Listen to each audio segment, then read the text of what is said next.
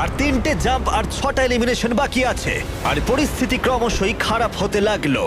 Jump লেখা আছে, আমি এটা নেব। ও, এতে জাম্প আছে। আমি এটা স্টিল করব না। Wow, no steal. আমি জাম্প পেয়েছি।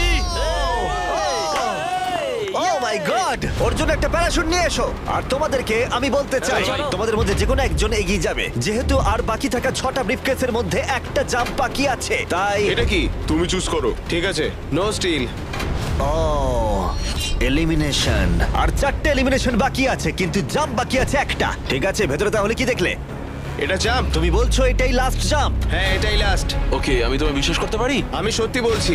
স্টিল নাকি no steal? No steal. No steal, ঠিক আছে।